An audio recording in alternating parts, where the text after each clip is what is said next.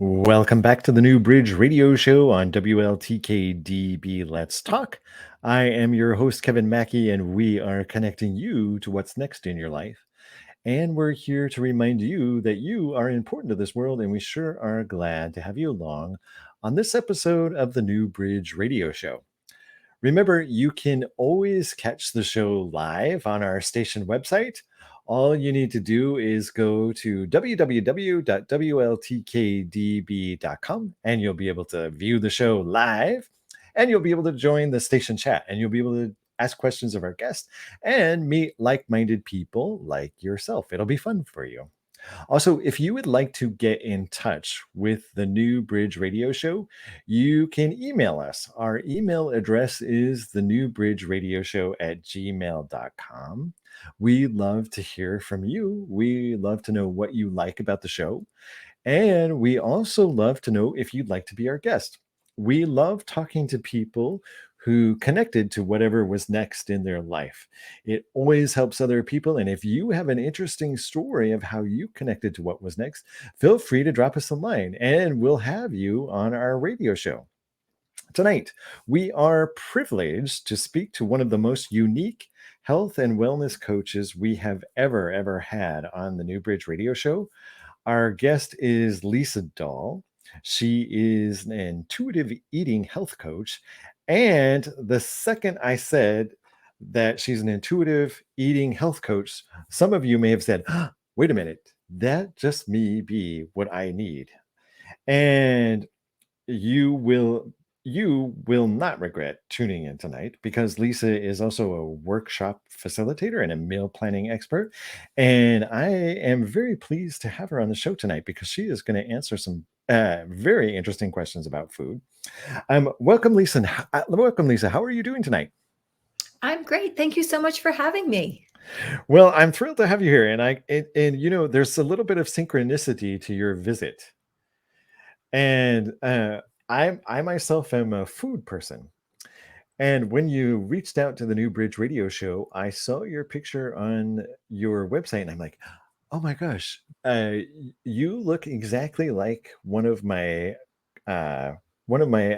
students, a student I had at Le Cordon Bleu, one of my classmates, and her name was Leslie. And believe it or not, she actually went into catering, Lisa.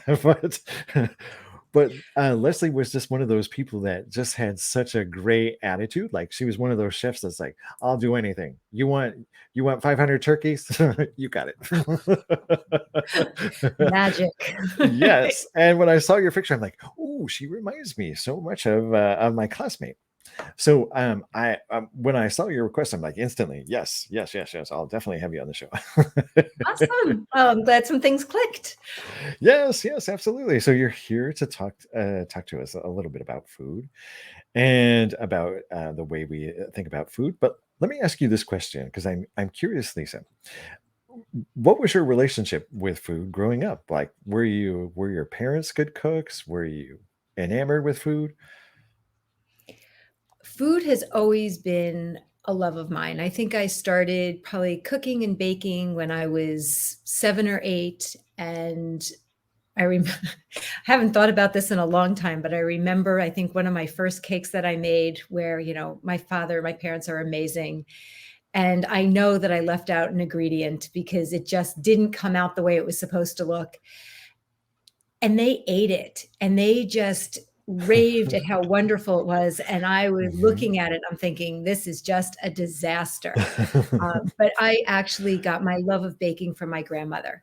Oh. And she was an incredible baker, a very traditional cook, but a really wonderful baker. And when I was coming home from college, and she was probably in her late 80s, and she had this big, huge, that orange flame Le Creuset pot, the biggest one that they make. And she used to make chicken soup and all of her, big meals in that. But it had been tucked underneath her cabinet for years. Like, I hadn't seen it in the longest time. And she said, if you can take it out, it's yours. I mean, I was 20. I, bent down, picked it up, took it out, and out the door I went, but she Oh, couldn't carry it anymore. oh, So wow. it was one of the, food has always been a part of my life, but it's been a love-hate relationship because I have been dieting since I'm 12 years old, Mm, or mhm, had been. And as much as I loved to cook and bake, it was always with everyone else can enjoy. And I was always very tempered on how much I could enjoy. mhm. I love that you said that because a lot of us turn to food because we have these wonderful memories of grandparents and holidays and where there we have all these memories that are just infused with food. And so it can sometimes lead to us having an attachment and a coping way of looking at food. Absolutely. And we all have different relationships with foods, and we all eat emotionally, Mhm, whether we are eating for because we're stressed, whether it's anxiety, whether we're celebrating, whether it's joy, whether it is a memory of a holiday.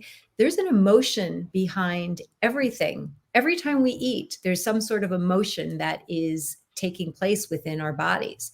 mhm, And sometimes when we think about food as a memory and then have it, fast forward 15 years, 20 years later, sometimes it's the memory that tastes so much better than right, the actual food.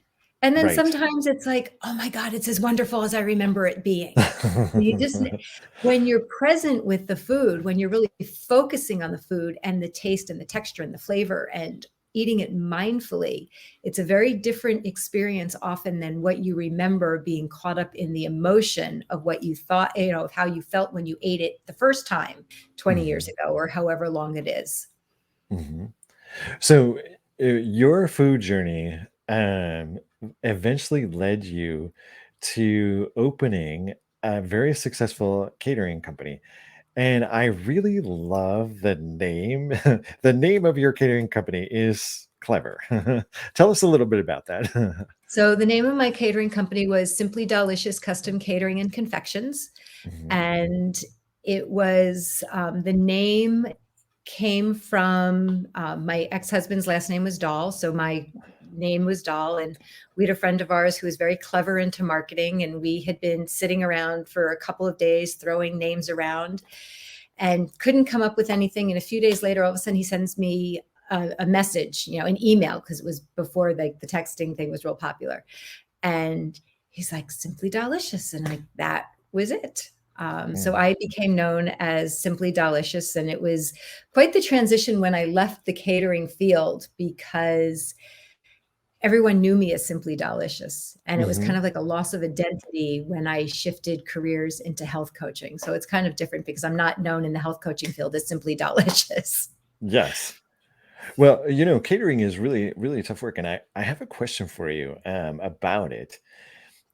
Being someone that's been a kitchen person as well and worked in many kitchens, there is something that happens, mostly in a restaurant though, but there's something that happens in the food world that kind of I feel is spiritual in a way, and there can and it's an interesting feeling you have when you're working with a lot of people and you're putting food together and you live and die by the clock and you're trying to get food out.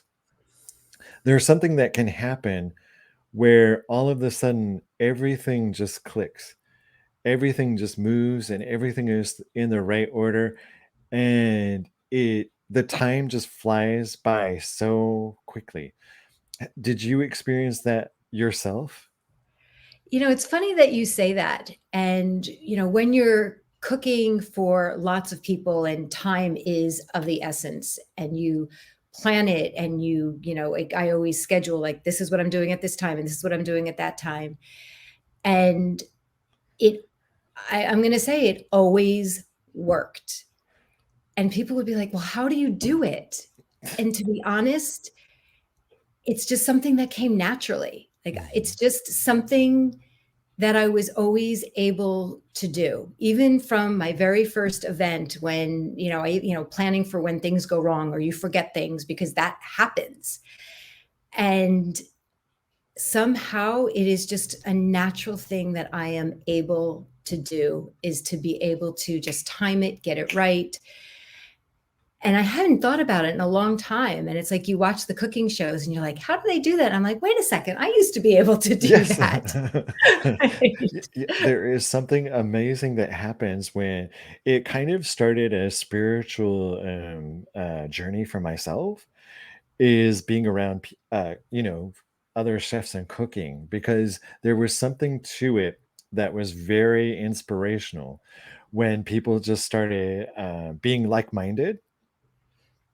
And so I so it kind of, makes sense that when you left that world and transitioned into something else, I can understand how you would kind of miss that feeling.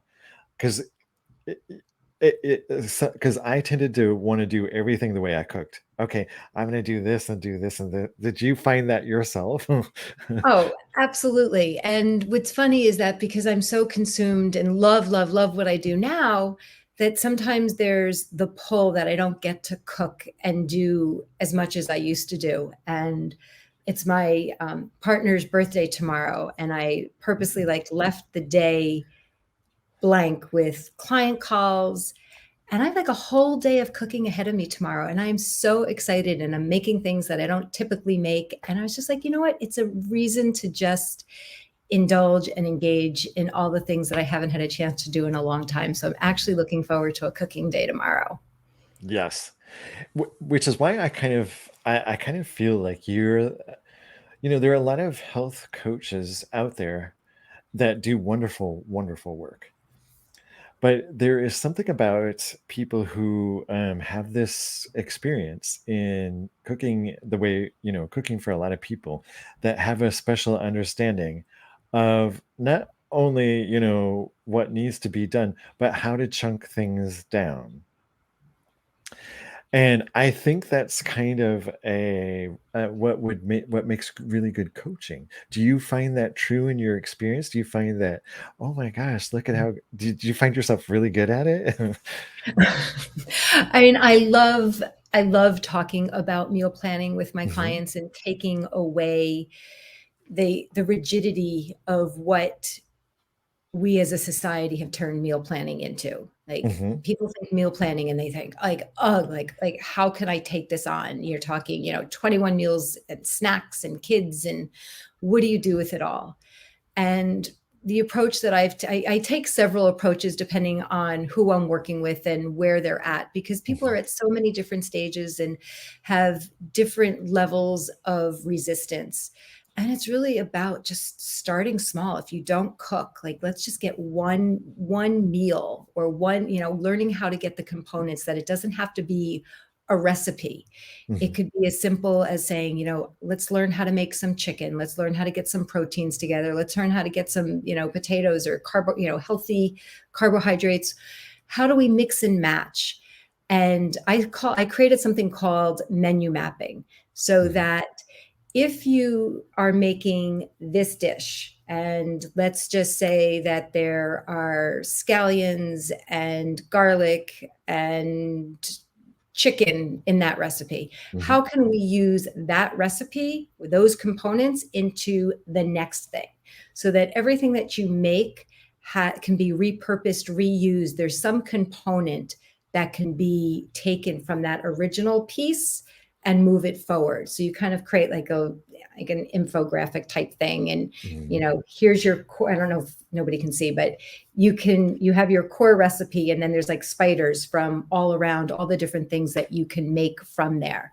So Right. we start out really simple, but I always try to help people to understand that the best meal planning is, you don't have to cook it from scratch. It's just knowing what your plan is. You can have soups in the freezer and pull it out. That's a meal plan. You know that you're going to do takeout on Tuesday. That's a meal plan. You want to cook at home? Let's figure out what small thing you can do. Do you need to buy things chopped or pre-cut? Let's do it. There's no stigma. There's no shame. The goal is to get food on the table and to be able to enjoy it with your family or by Mhm. yourself. Mhm. So, as someone who had this relationship with food, and you mentioned that you had been someone who uh, had been on a dieting track. Um, what changed in your experience and enlightened you about food to make you make better choices?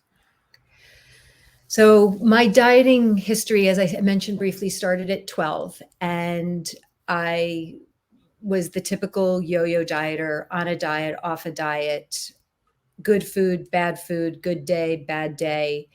And just from some personal reasons, I needed to shift careers, and um, I left the catering business and decided I'd be a health coach. And I thought, like, I'm already an expert dieter, and as a woman, the most important thing in my mind at that time was, I can help women lose weight. Right. And when I started working with my clients, it was not only stressful on the days that I was weighing myself, all of a sudden I was feeling the stress from my clients on, quote unquote, share your progress day. And they were making great strides and doing wonderful things. And all of a sudden they're defeated and deflated because of a number on the scale. And just because of my desire to continue to learn and see what else is out there, I came across a community called Health at Every Size. And that started to shift my relationship with food, because I didn't know that I had my own disordered eating challenges, because it was normal in my world. I didn't know that people didn't do what I did. Mhm. And through there, I discovered the practice of intuitive eating. And it really helped me to ditch the diet and to change my relationship with food. And it's just been an amazing transformation for me personally and professionally, on getting out of that diet culture world and really helping women also understand the harm that happens within that community and in our society. Exactly. So, I when you started to use your intuition, were you letting it guide you as far as what to make, or maybe just a little bit? What was it? What was your intuition telling you in the beginning that seemed to make sense, and all of a sudden you're like, Well, it was, I mean, I had, like, eating quote unquote healthy has been something that I have done for years. It was just the question of rigidity. Mhm, And that's really what shifted, is that all of the rules dissipate. When you start to eat and cook with your intuition, you're really following what your body needs and wants, and understanding the relationship with why you're choosing things. And, is it the food that's really going to soothe and take care of whatever it is that challenge? Or do you need to kind of dig a little bit deeper and say, you know what, I'm experiencing this, maybe I need to do something else. How do we mhm. build that self-care toolbox out besides the food, so that when you start to listen to what's happening, it's not such an automatic pilot of, when I'm stressed, I'm going to go eat the Oreos, or when I'm unhappy, I'm going to do this, or eat until you're, beyond stuffed because it makes you feel good in the moment. So it really takes away the rules of, when you're dieting, you eat this, and this at this time of day, and you have to have this combination of foods. And there's all those rules. Intuitive eating, all those rules are out the door. The only quote unquote rule that you have is to view yourself and your experiences with curiosity versus judgment. Oh, I like that. Curiosity instead of judgment. So let me tell you this. Let me ask you this. Have you, eating more intuitively, are there times where your body might say, I don't think I need to eat. I feel fine. Absolutely. I Mhm, was working with some clients this morning. With a client, I have a group community, and one of the clients that I work with was sharing that she typically, previously, eats at, 8 o'clock, noon.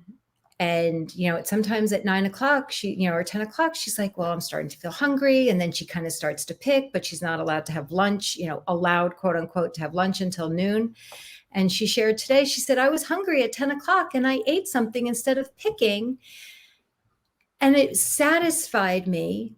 And I felt so much better. And then a few hours later, I was able to eat again, that I didn't have to wait until 5 or 6 o'clock when I was allowed, quote unquote, to eat dinner. Mhm. So it's a very different experience, because as dieters, typically, they'll say, well, if I eat in the morning, that means I'm going to have to eat all day and I'm going to be hungry all day. And it's easier to skip this and it's easier to skip that.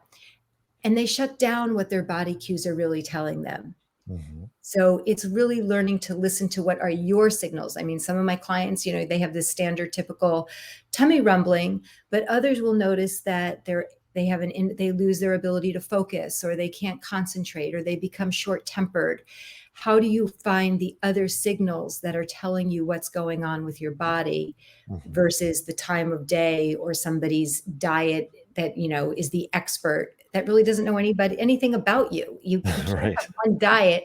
You've got this expert who tells you, oh, you have to do this diet and it's great for everybody. Mm. It's not possible. Yes. Yeah, I like this conversation. My producer is telling me we've got to step away for just a moment, Lisa, to have a word from our sponsor. We'll just sneak away for just a couple of seconds. We'll be right back after these messages.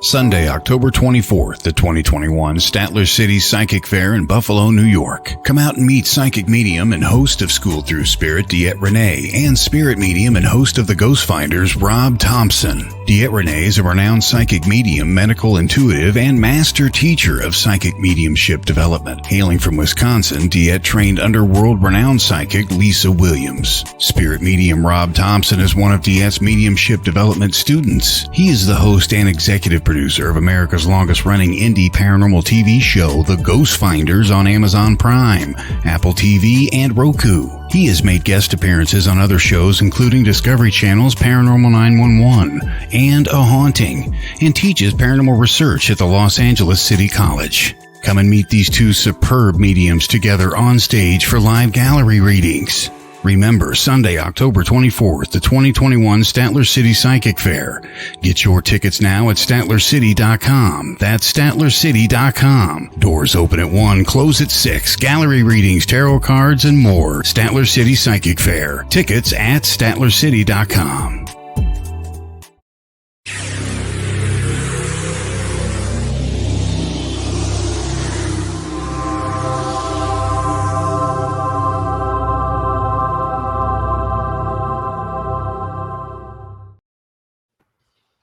Welcome back to the New Bridge Radio Show on WLTK-DB Let's Talk. I am your host, Kevin Mackey, and we are connecting you to what's next. And we're here talking with Lisa Dahl. She is an intuitive eating coach. And right before the break, Lisa, we were just talking about how intuitive eating can help you learn what your body is telling you. And I know for myself, I have experienced times where I've been cooking and I've been like, well, you know what I'm really hungry for? It's this. And you teach clients to listen to those little prompts. And how receptive are people when they first meet you to uh, eating intuitively?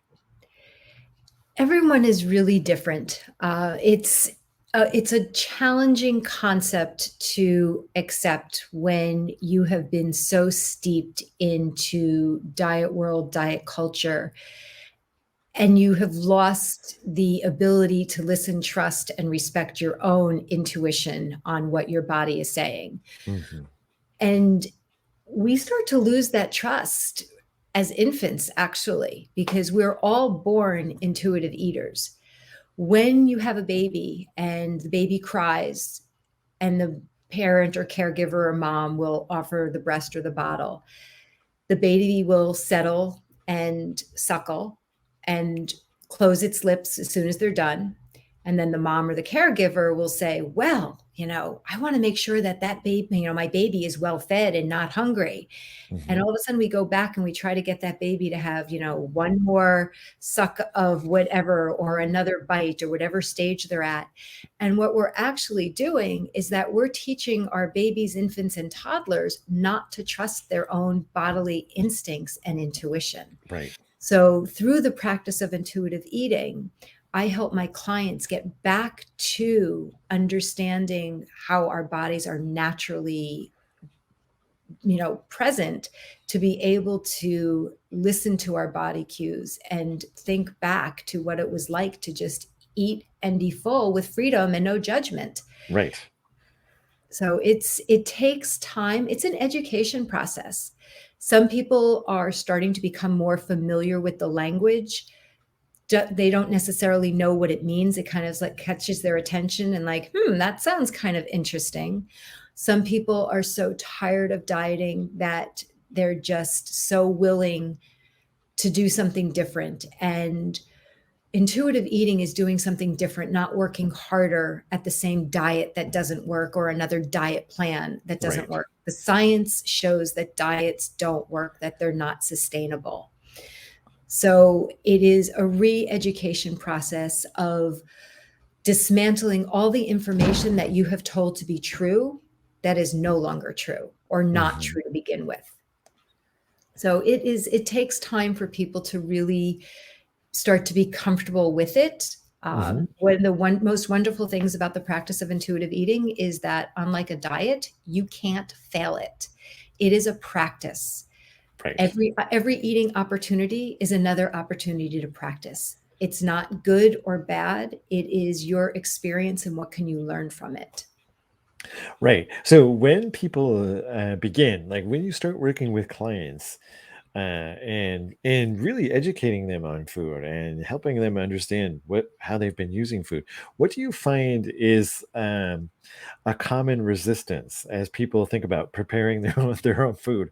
Like, oh no. The biggest resistance is they're so afraid to trust themselves. If I give myself permission to eat this, I'm never going to stop. That makes sense. Hmm. And, so many people have, I will only bake cookies once in a blue moon because if I bake one, if I bake this, I'm going to eat the whole thing. Right. The truth is that if you baked that thing every day and gave yourself permission to eat it every day, with time, you would not eat all of it. So there's something called the practice of habituation. Hmm. So a simple example is if you, let's just take M&Ms. You have permission to eat that 1 pound bag of M&Ms every day. That first day, and when we're talking about doing this, we're talking about doing it mindfully, not in the middle of a binge, not when you're starving.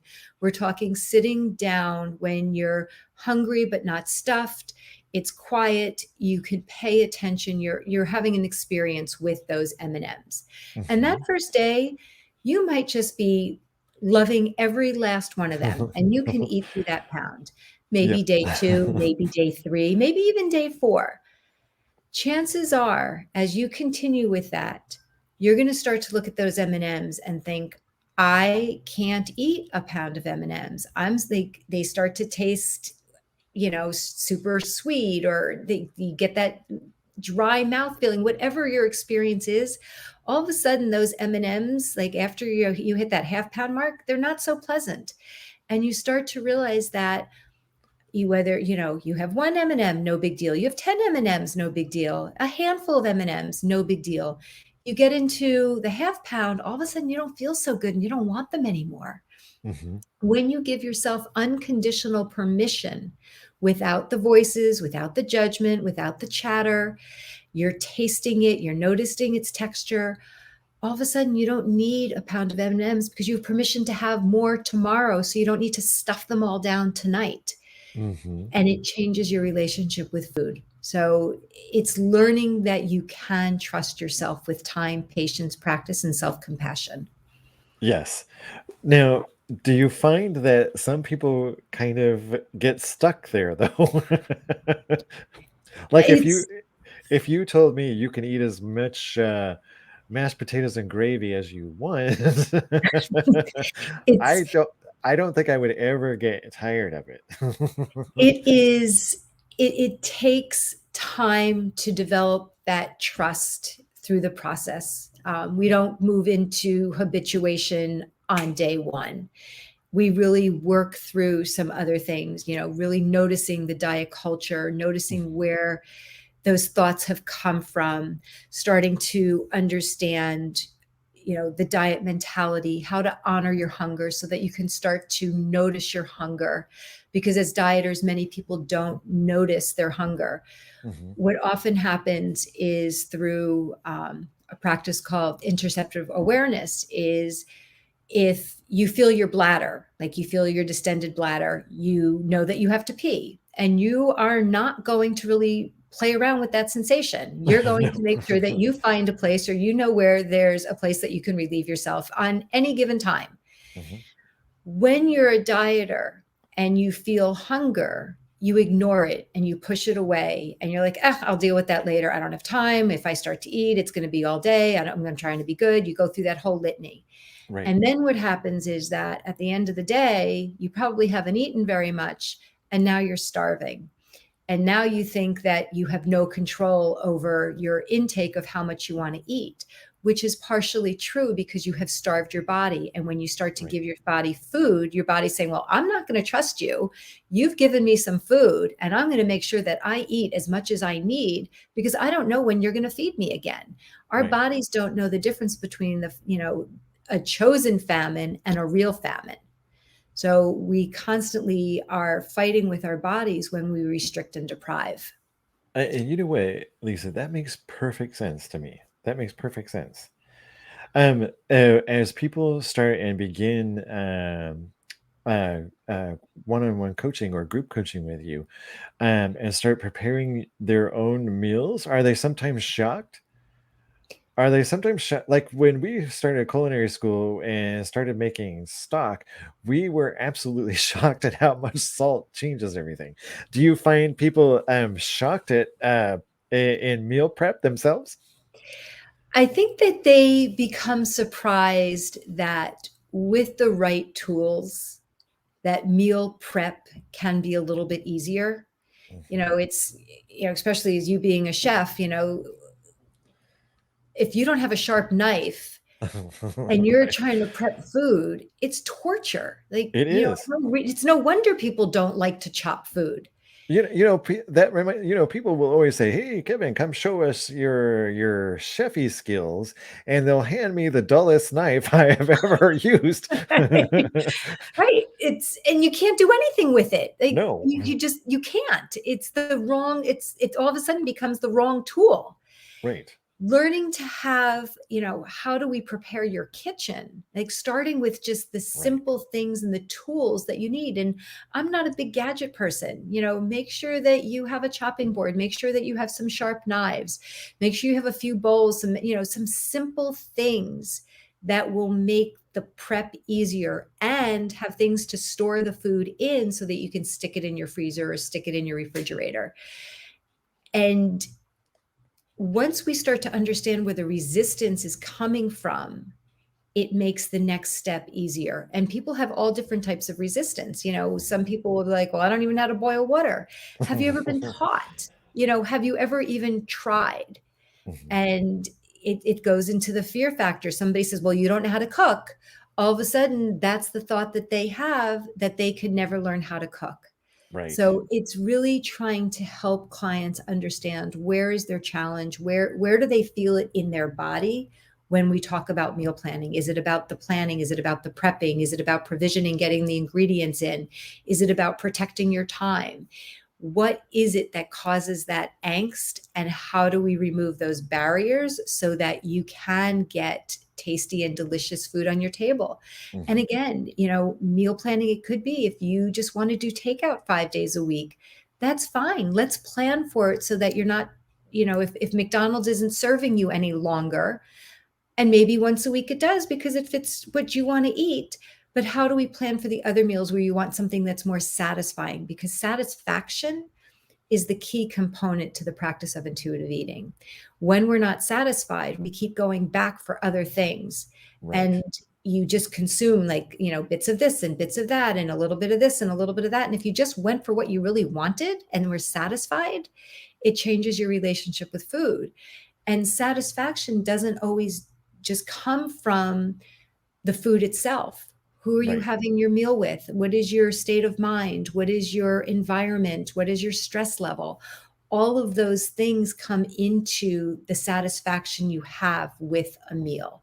You can have a peanut butter and jelly sandwich walking out the door, and it fills the need. Maybe you're going on a picnic on a first date with somebody who you're so excited, and all of a sudden you're in this beautiful meadow and you have a picnic basket and you have a bottle of wine, and all you had was peanut butter and jelly, but all of a sudden that peanut butter and jelly is the most magical piece of food that you've ever had.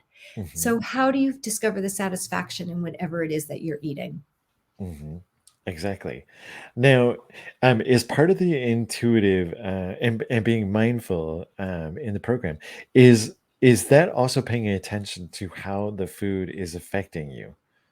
Absolutely. Absolutely. There's many people will say, if I eat this, I feel that. The question is it a thought? Is it a body cue? What is the difference? So I Hmm. work with my clients to understand there's three components to that question: a thought, a body cue, and an act of self-care. Hmm. How does that food really make you feel? Does it nourish you? Does it fill your sweet tooth? Does it give you energy? What metrics do you want to use on how food makes you feel? And we will talk about that. We don't ever talk about the number on the scale. We don't talk about weighing and measuring food. We don't weigh or measure our bodies. That is one metrics that is entirely off of the table. And Hmm. nutrition actually comes last with the practice of intuitive eating, because when we add nutrition into it, if you're part of that diet world, all of a sudden you start thinking, well, how many calories, how much protein, how many grams of fat? We want to focus on how that food makes you feel Hmm. before we talk about gentle nutrition and getting into the nitty gritty of what that looks like. Hmm. And as you're working with people, are they also doing movement or exercise as well in the program? So that's a great question. And I refer to it as the practice is movement. And it's movement that makes you feel good, not Mhm. exercise that's based on shrinking your body. So, one of the best examples that I can give is of myself. And prior to me really learning about the practice and using the practice of intuitive eating, I would be the militant exerciser. So, if my day started at 6 in the morning, like if work started at 6 in the morning, I would be up at 4 in the morning to make sure that I got my run in or my workout in. Or if I was meeting a friend to walk, I would still make sure that I got my protocol in of what was expected, what I had said I was expected to do that day. Mhm. Now, fast forward, it's movement that makes me feel good, and it's not focused on burning calories or shrinking my body. So I spend a ton of time out in nature and hiking. Um, I no longer run long distances because it hurts my hips. Mhm. Where 3 or 4 years ago, like, I didn't really care if it hurt my hips. I was going to go run because that's what I needed to do, and there was no negotiation. Mhm. And now we have a 10-month-old puppy. I wanna go take her out, and we go hiking, and she's running in the woods, and I'm spending time with my partner. Movement that brings me joy is Mhm. really the focus, and I still start my day with movement, typically 7 days a week, because it makes me feel good, but it doesn't always have to be at 5 AM. Sometimes it's like, okay, my partner's free at 3 in the afternoon on a Friday. We'll go do that at 3 o'clock in the afternoon, and I will not work out at 5 in the morning to get that double component in. So it's really about helping my clients learn what movement makes them feel good. I have Mhm. one client who now refers it to as her agility because she hates Oh. the word exercise. She doesn't like the word movement. And she's like, I want to be more agile. So what am Yes. I going to do to make myself more agile? Mhm. And that's the thought process that's working for her. Whether it is yoga, whether it is Zumba, whether it's a walk in the park, it doesn't matter as long as it's movement that makes you feel good and that it brings you joy. And that when you like something, you're going to go back and do it again, and it's not going to be a chore. Absolutely.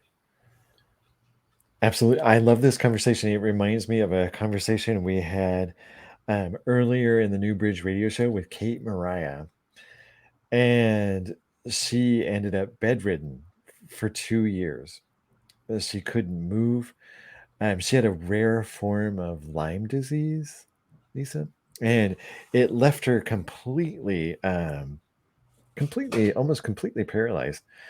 And she just said one day she started just listening to her intuition and listening to what her body was telling her, and she would make whatever little tiny change she needed to make that day in order to feel better.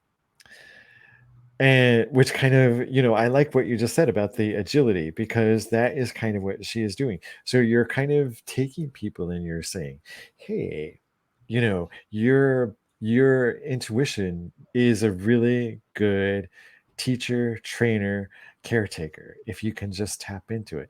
So when you begin this journey of intuitive eating, what is it you tell people about intuition and about trusting their intuition? It's helping them learn to listen to their cues. And it really starts with listening and awareness. And my clients always say, like, because we'll start off with, tell me what you noticed this week, what's happening. And they always laugh. Well, I feel like a broken record, but the word that keeps coming up is awareness. And it's not a broken record, because that is the practice, is to be self-aware. And Mhm. when you become aware, all of a sudden you realize, like, you've been walking through life and you're just like checked out, not even noticing what's happening within your own space. Right. It takes time to get to know your body, and that you have permission to get to know your body. And when you do it with kindness and compassion and not judgment, it changes your relationship with your body. And when you can begin to listen, the next step is to beginning to trust it. And Right. when our bodies, our vessels, whatever they look like, whatever it is, this is it. Like, it's, how do you make peace with where you are? Because this is what you have for however long we are here. Mhm. And when you take care of yourself, when you begin to respect your body, and I don't tell my clients that, you're going to come out and love every inch of your body.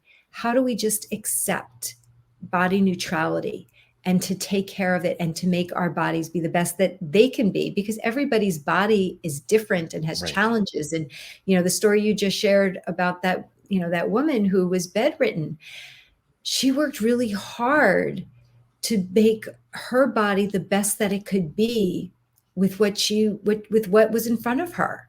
Mhm. That's all that we're talking about. Everybody's idea of health is very different, and ability to achieve health is very different. And our health changes in a split second. It sure does. Yeah, I mean, we could walk out the door and, well, she was just here and now she's gone. I mean, you don't know.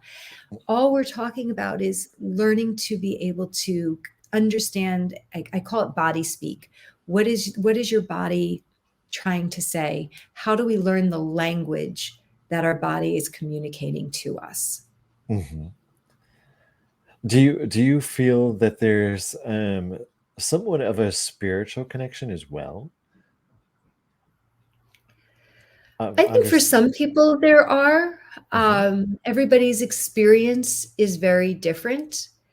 Um, it's I don't have a black or white answer for that, because I That's think that okay. everyone has different connections with themselves and different spirituality, and Mhm. spirituality means different things to different people. Um, so I think for some people, absolutely. For others, they'd be kind of looking at me like, huh? Like, what are you talking about? Right.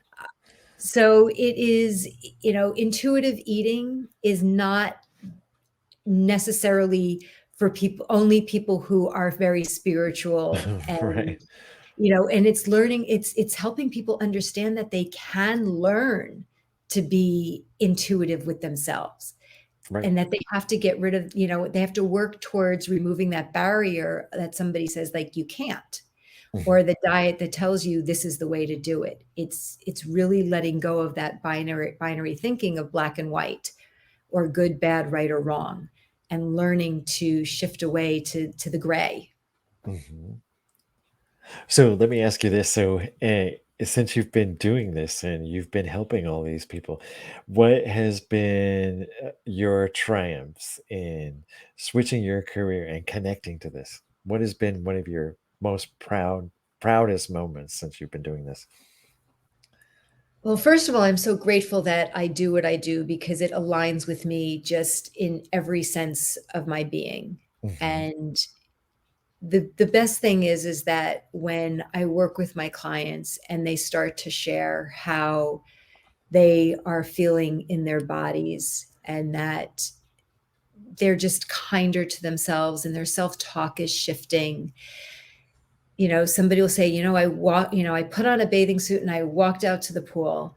And these are women who never will put on a bathing suit prior to working with me, because they're so steeped in the fact that, this is the way that people see them. So I work Right. really hard with helping people understand it is about how they feel in their body and not how people see them. That Right. it's there's a difference between body image and embodiment, and we try to step away from that body being an object and focusing more on how you feel in your body. So it's a whole shift on how you think and how you feel. And it's just I get such joy and pleasure when I talk to my clients on how they feel about themselves and the difference that I'm able to help them make in their lives. It really is extraordinarily satisfying. Hmm.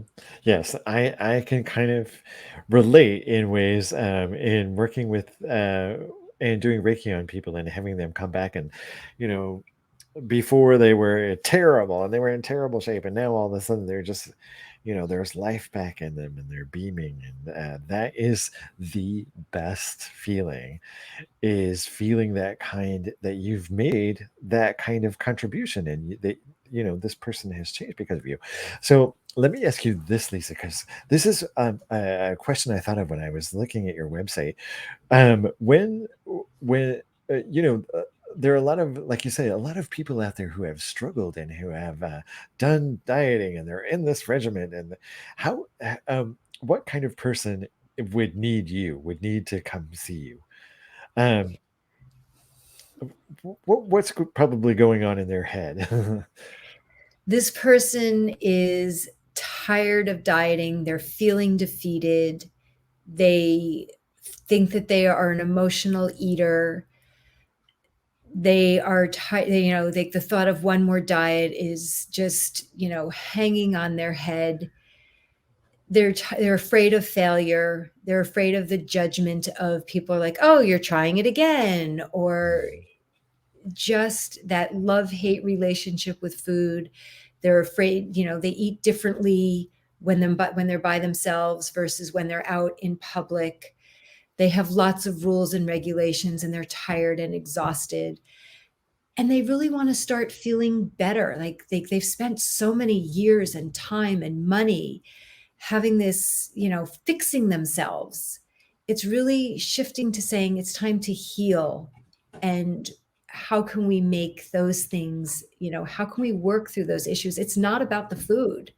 Right. It's not about what you're going to eat. It's what's happening in your mind about the food and the stories about the food, and letting go of ready to let go of those rules and the restrictions and the deprivations. And it's, willing to take a chance to try something different.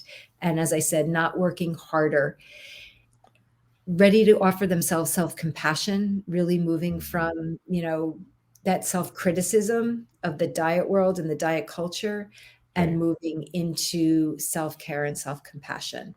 So it's a very, I coach very differently than your typical health and wellness coach. There are no before and after pictures. Right. None Right. of That's helpful. None, Right. because I hate to say it, is that before picture and then that after picture, there's another after picture which looks just like your before picture. Just, Right. that's the reality of it. Right. Right. Right. Before, after, before, after, before. Right. That's better. Now, do you find that a lot, there's a lot like there's a lot of like my siblings and myself, we're all, getting older, and a lot is changing. Like we've a lot of people in my family are resistant to weight, like or were, and then all of a sudden what's happening, what's taking place? Do you have a lot of people that are in that situation where they've It's never gained weight or had issues, now all of a sudden what is going on?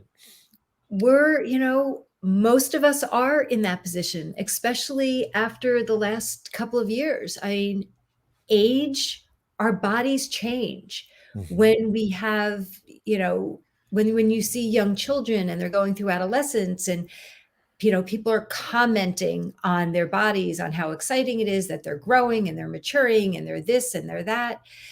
And my target market, who I typically work with, are women who are 40 plus. And in this, people, like, women are embarrassed that our bodies are changing. Life, I mean, that happens. Everybody's body changes. And when we Hmm. start to accept that, and again, it is, getting rid of that judgment.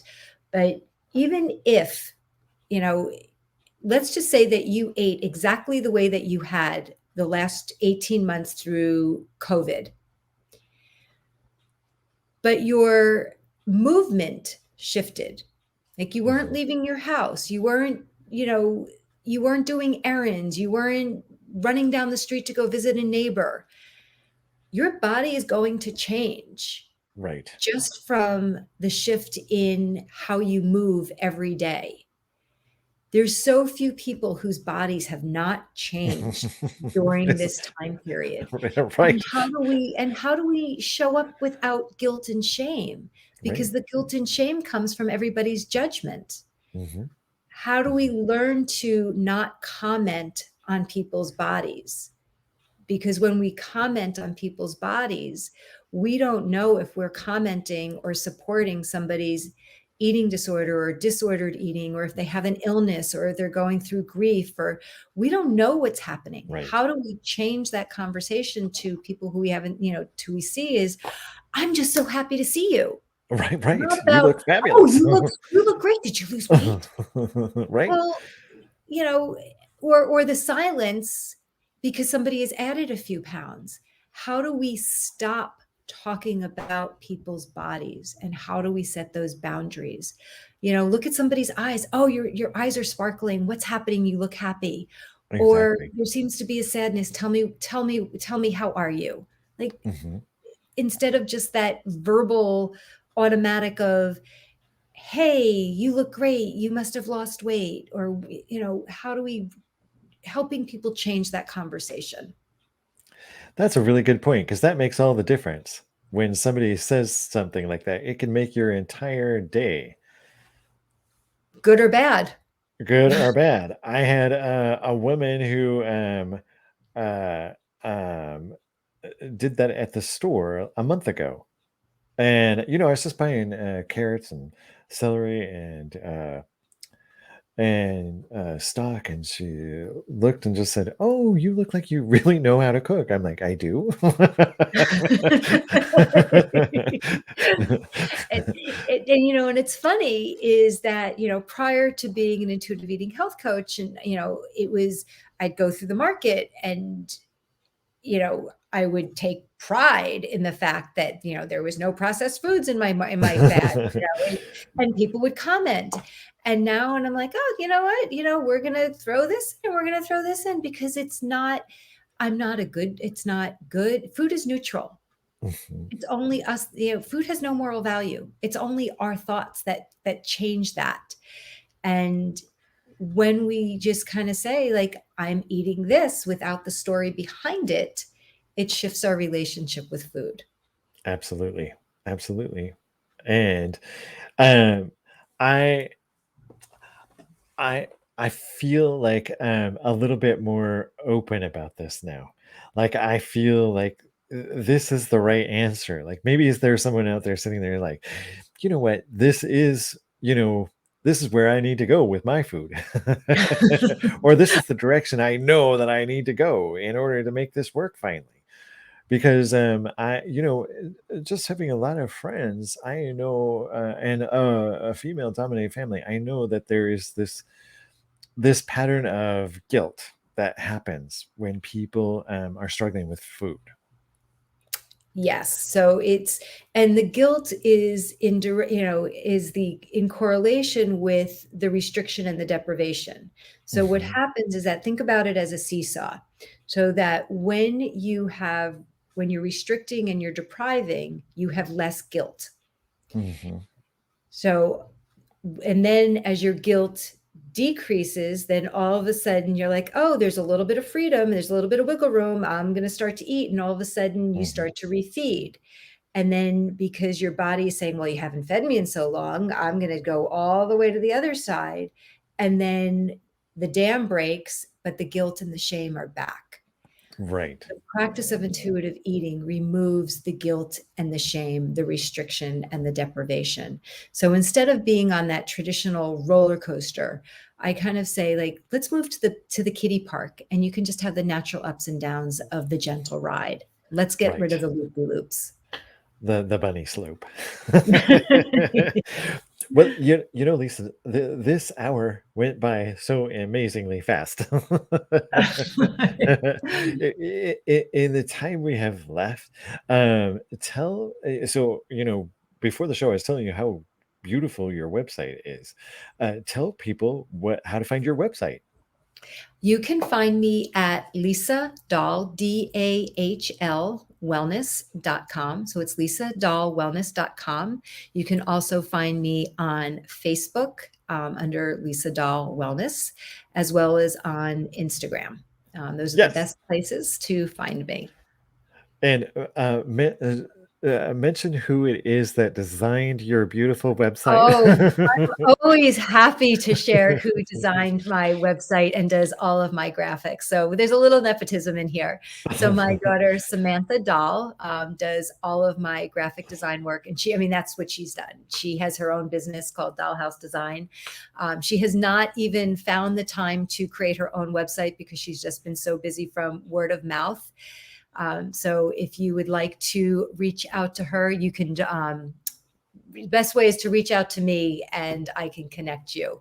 So Sammy Dahl, you can find her on Facebook, but doesn't have her, just everything is word of mouth with that child. Well, child, Absolutely. grown woman, I should say. But she does all graphic design as well as website design, and she's just fantastic. She really is amazing because your website is beautiful. It is beautifully designed, and I think she did a really great job. So check out Lisa Dahl's website because it is absolutely stunning, and it is a great design. Well, that's about all the time we have for this edition of the New Bridge Radio Show. I want to thank you again for being our guest, Lisa, and for being a part of our show. We will be back next week on the New Bridge Radio Show, connecting you to what's next again. And our guest next week is going to be Dr. Mark Merryweather, who is a professional forager and someone that is instructing people on how to forage in the forest. And he takes groups around Texas to show them how to forage professionally. And you won't want to miss that edition of the New Bridge Radio Show.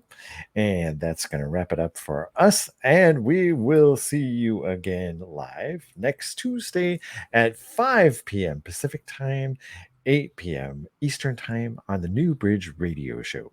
Stay tuned now for Haunted Voices with Todd Bates. Thank you so much.